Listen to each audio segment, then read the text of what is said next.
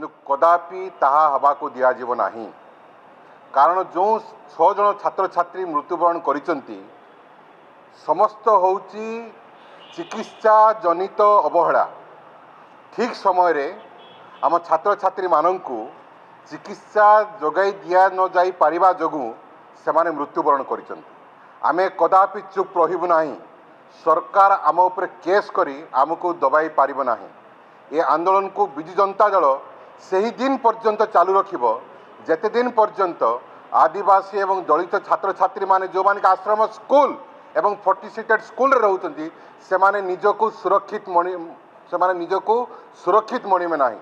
କାରଣ ଯେଉଁ ପ୍ରକାର ଭାବରେ ସେମାନଙ୍କୁ ନିର୍ଯାତନା ଦିଆଯାଉଛି, ସେମାନଙ୍କର ଅତ୍ୟାଚାର କରାଯାଉଛି ଏବଂ ସେମାନଙ୍କ ଉଦ୍ଦେଶ୍ୟରେ ଆସିଥିବା ସରକାରୀ ଅର୍ଥକୁ ଏ ବାବୁମାନେ ପଦାଧିକାରୀମାନେ ଜିଲ୍ଲା ସ୍ତରରେ ହଡ଼ପ କରୁଛନ୍ତି। ୟାକୁ ଆମେ କଦାପି ଗ୍ରହଣ କରିବୁ ନାହିଁ। ଏଣୁକରି ଆମେ ଚେତାବନୀ ଦେଉଛୁ ଭାରତୀୟ ଜନତା ପାର୍ଟିର ସରକାରକୁ ତୁରନ୍ତ ୟା ଉପରେ ପଦକ୍ଷେପ ନିଅନ୍ତୁ ଏବଂ ଏ ଛାତ୍ରଛାତ୍ରୀମାନଙ୍କ ସହିତ ନ୍ୟାୟ କରନ୍ତୁ ଏବଂ ନଚେତ୍ ଆନ୍ଦୋଳନର ସାମ୍ନା କରନ୍ତୁ। ଧନ୍ୟବାଦ, ନମସ୍କାର।